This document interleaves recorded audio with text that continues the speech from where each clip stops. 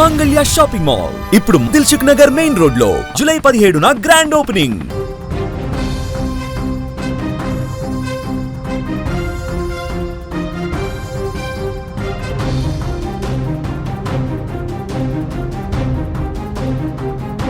పంటలకు నీళ్లు కావాలని అడిగితే రైతులు ఏం చేస్తారు? ధర్నా చేస్తారు, రాస్తారోకో చేస్తారు, అధికారులను కలుస్తారు. కానీ తెలంగాణలో ఇప్పుడు జరిగిన ఒక నిరసన అందరినీ ఒక్కసారిగా షాక్కు గురిచేస్తోంది. రైతులు తమ చేతి నుండి రక్తం తీసి అదే రక్తాన్ని పొలంలో చల్లుతూ నిరసన వ్యక్తం చేశారు. ఇటీవల ముఖ్యమంత్రి రేవంత్ రెడ్డి నీళ్లు లేకుంటే రక్తంతో పంటలు పండించాలని ఆయన చేసిన ఈ వ్యాఖ్యలపై తెలంగాణ సమాజం భగ్గుమంటుంది. ఆయన చేసిన వ్యాఖ్యలు రాష్ట్ర రాజకీయాల్లో పెద్ద చర్చకే దారితీశాయి.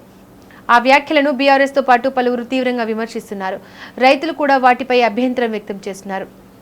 ఈ వ్యాఖ్యల నేపథ్యంలో సూర్యాపేట జిల్లాలో గిరిజన రైతులు వినూత్న నిరసనకు దిగారు.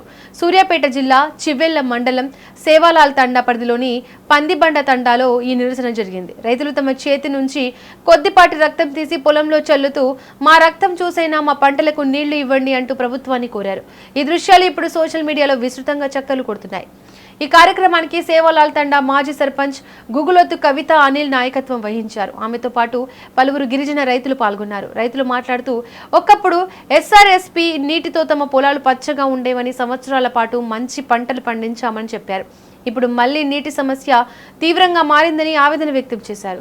రైతులు మరో అడుగు ముందుకేసి రక్తంతోనే పంటలు పండుతాయని చెబితే అలాంటి పంటలను అధికారులకే పంపిస్తామంటూ తమ అసంతృప్తిని వ్యక్తం చేశారు.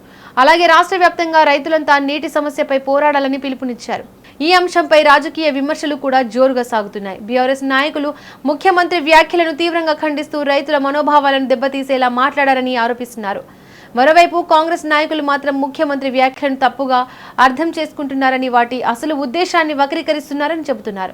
ఇక్కడ ఒక విషయం గుర్తుంచుకోవాలి.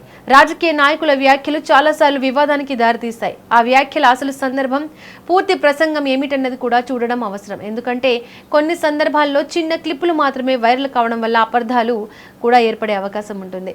కానీ మరోవైపు రైతులు చెబుతున్న ప్రధాన సమస్య మాత్రం నీరే. పంటలకు సకాలంలో సాగునీరు అందకపోతే తీవ్ర నష్టం వాటిల్లుతుందని వారు ఆందోళన వ్యక్తం చేస్తున్నారు.